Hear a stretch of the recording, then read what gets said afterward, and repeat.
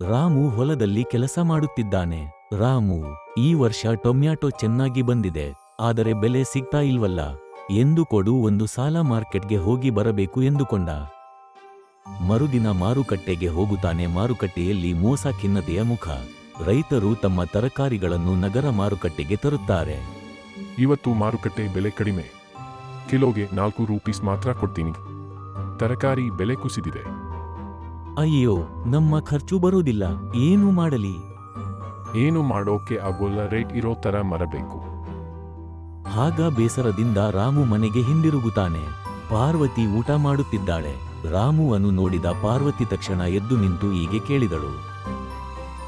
ಎಷ್ಟು ಇದೆ? ತರಕಾರಿ ರೇಟ್ ಜಾಸ್ತಿ ಆಗಿದೆ ಅಲ್ವಾ? ನಮಗೆ ಈ ಸಲ ಟೊಮೊಟೊ ಮಾರಿದರೆ ಜಾಸ್ತಿ ಹಣ ಬರುತ್ತದೆ ಅಲ್ವಾ?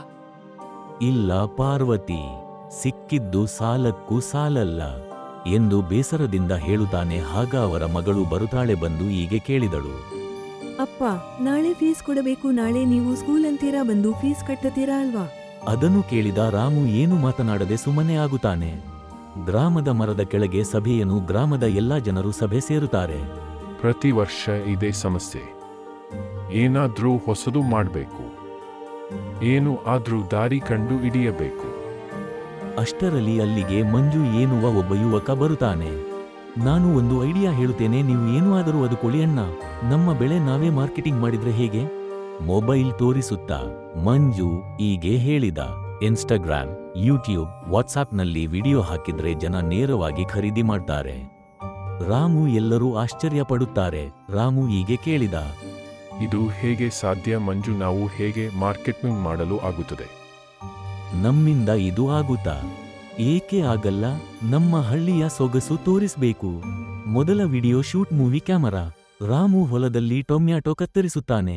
ಮಂಜುವಿನ ಗೆಳತಿ ಕ್ಯಾಮರಾ ಹಿಡಿದು ವಿಡಿಯೋ ಮಾಡುತ್ತಿರುತ್ತಾಳೆ. ಅಷ್ಟರಲ್ಲಿ ಅಲ್ಲಿಗೆ ಮಂಜು ಬಂದು ಕ್ಯಾಮರಾಕ್ಕೆ ಹೀಗೆ ವಾಯ್ಸ್ ಕೊಡುತ್ತಾನೆ. ನೇರ ರೈತನಿಂದ ನಿಮ್ಮ ಮನೆಗೆ ರಾಸಾಯನಿಕವಿಲ್ಲದ ತರಕಾರಿ ಸಿಗುತ್ತದೆ. ಅದನ್ನು ನೋಡಿದ ಪಾರ್ವತಿ ನಗುತ್ತಾಳೆ. ಜನರ ಟೀಕೆ, ಅತೃಪ್ತಿಯ ಮುಖ. ಕೆಲ ಗ್ರಾಮಸ್ಥರು ನಗುತ್ತಾರೆ, ಇನ್ನು ಕೆಲವರು ಹೀಗೆ ಹೇಳುತ್ತಾರೆ. ರೈತರು ಸಿನಿಮಾ ಮಾಡ್ತಾರಂತೆ, ಮೊಬೈಲ್ ಇಟ್ಟು ಕೋಟ್ಯಾಧಿಪತಿ ಆಗುತ್ತಾರಂತೆ. ಅದನ್ನ ಕೇಳಿದ ರಾಮು ಸ್ವಲ್ಪ ಬೇಜಾರು ಆಗುತ್ತಾನೆ. ರಾತ್ರಿ ಫೋನ್ ಬರುತ್ತದೆ. ನಗರದ ಮಹಿಳೆ, ನಿಮ್ಮ ವಿಡಿಯೋ ನೋಡಿದೆ, 20 ಕಿಲೋ ತರಕಾರಿ ಬೇಕು. ರಾಮು ಸಂತೋಷದಿಂದ ಎದ್ದು ನಿಂತುಕೊಳ್ಳುತ್ತಾನೆ ಮತ್ತು ಪಾರ್ವತಿಯನ್ನು ಕರೆಯುತ್ತಾನೆ. ಪಾರ್ವತಿ ಬಂದು ಏನು ಹೋಯ್ತು ಎಂದು ಕೇಳುತ್ತಾಳೆ. ಆಗ ರಾಮು ಸಂತೋಷದಿಂದ ಹೀಗೆ ಹೇಳಿದ. ಪಾರ್ವತಿ, ನಮ್ಗೆ ಮೊದಲ ಆರ್ಡರ್ ಬಂದಿದೆ. 20 ಕಿಲೋ ತರಕಾರಿ ಕೇಳಿದರೆ ಎಲ್ಲ ರೈತರು ಸೇರಿ ಪ್ಯಾಕಿಂಗ್ ಮಾಡುತ್ತಾರೆ. ಪಾರ್ವತಿ ಹೀಗೆ ಅಂದುಕೊಳ್ಳುತ್ತಾಳೆ, ನಮ್ಮ ಹಳ್ಳಿ ಹೆಸರು ಪ್ಯಾಕೆಟ್ ಮೇಲೆ ಹಾಕೋಣ, ಆಗ ಚೆನ್ನಾಗಿ ಇರುತ್ತದೆ ಎಂದುಕೊಳ್ಳುತ್ತಾಳೆ. ಮಂಜು ವಿಡಿಯೋ ಅಪ್ಲೋಡ್ ಮಾಡುತ್ತಾನೆ. ವಿಡಿಯೋಗೆ ಸಾವಿರಾರು ವ್ಯೂಸ್ ಬರುತ್ತವೆ. ಮಂಜು ರಾಮುಗೆ ಹೇಳುತ್ತಾನೆ, ಅಣ್ಣ, ವಿಡಿಯೋ ವೈರಲ್ ಆಯ್ತು. ಎಲ್ಲರೂ ಸಂತೋಷ ಪಡುತ್ತಾರೆ. ವ್ಯಾಪಾರಿ ವಿಜಯ್ ಕೋಪದಿಂದ ರಾಮುವಿನ ಮನೆಗೆ ಬರುತ್ತಾನೆ.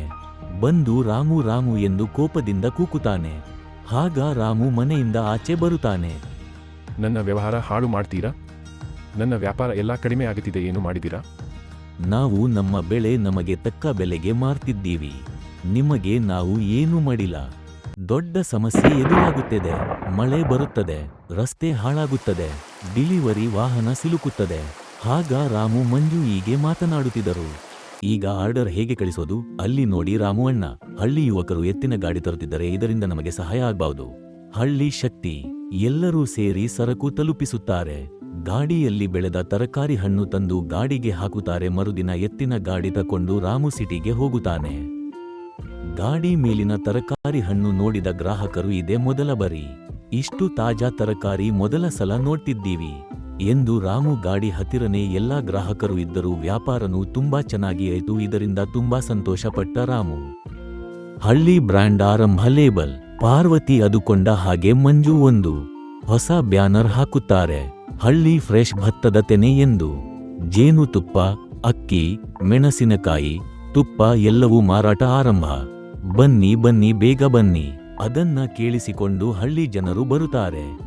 ಏನಪ್ಪ ಮಂಜು, ಹೊಸ ಬಿಸ್ನೆಸ್ ಆರಂಭ ಮಾಡಿದೀಯಾ? ಏನು ಸಮಾಚಾರ? ಇದು ಎಲ್ಲ ಬೆಲೆ ಹೇಗೆ ಕೊಡ್ತೀಯಪ್ಪ? ಹೀಗೆ ಹಳ್ಳಿ ಜನರು ಬಂದು ರೇಟ್ ಕೇಳಿಕೊಂಡು ನಾಳೆ ಬಂದು ನಿಮ್ಮ ಮನೆ ಹತ್ತಿರ ತೆಗೆದು ಕೊಡುತ್ತೇನೆ ಎಂದು ಹೇಳುತ್ತಿದ್ದರು. ಟಿವಿ ಸಂದರ್ಶನ. ಮರುದಿನ ರಾಮು ಮನೆಗೆ ಟಿವಿ ರಿಪೋರ್ಟರ್ ಬರುತ್ತಾರೆ. ಬಂದು ರಾಮುವನ್ನು ಹೀಗೆ ಕೇಳುತ್ತಾರೆ.